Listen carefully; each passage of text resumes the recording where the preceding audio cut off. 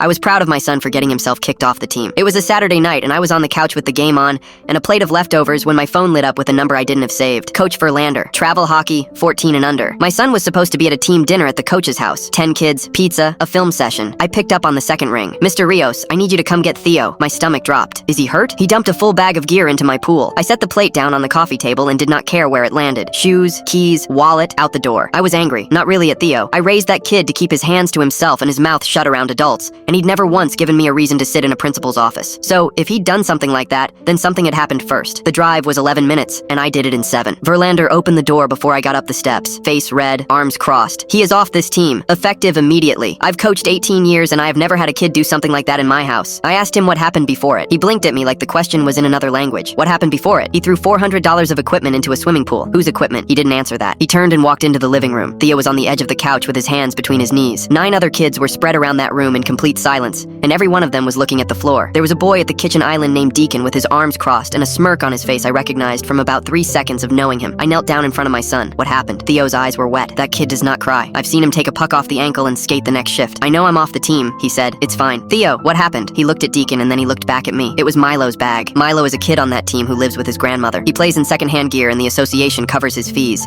and everybody knows it because Deacon makes sure everybody knows it. Theo said Deacon had been pulling Milo's helmet out of his bag in the locker room since October and hiding it, so Milo would be late on the ice and get skated for it. He said Deacon had taken to calling him a charity case in front of the whole room. And that night, at the coach's house, Deacon had taken Milo's phone out of his jacket, gone through it, and found photos of Milo's mother's grave, and started showing them around the kitchen island. Milo went out to the driveway and sat down on the curb, so my son picked up Deacon's bag, not Milo's, Deacon's, and threw it in the pool. I stood up and turned to Verlander. Which kid's bag is in your pool? He said Deacon's. You told me on the phone he dumped gear in your pool. You didn't tell me whose or why. Verlander started in about how it doesn't matter, about how there's no excuse for property damage, about how he has to hold a standard. I asked him if he'd asked a single one of those 10 boys what happened first. He hadn't, so I turned around and asked them myself. Nobody said anything for about 4 seconds. Then a defenseman named Augie said quietly, "It's true, the helmet thing's been happening all year." Then another kid said it, then another one. Then a kid on the floor said Deacon had been doing it to Milo since squirts. Verlander's face changed slowly, the way a face does when a person realizes what they've been not seeing for a season and a half. Deacon stopped smirking somewhere around the 3rd kid. I said, "Where's Milo?" Verlander said he'd assumed he went home. He was still on the curb. It was 38 degrees and he'd been out there 20 minutes and nobody in that house had gone to check. I got both boys in my truck. I told Theo, out loud, in front of Milo, that I was proud of him and that he was right and that I'd have done the same thing at 14 and probably worse. Then I told him he still owes Deacon's family for the gear,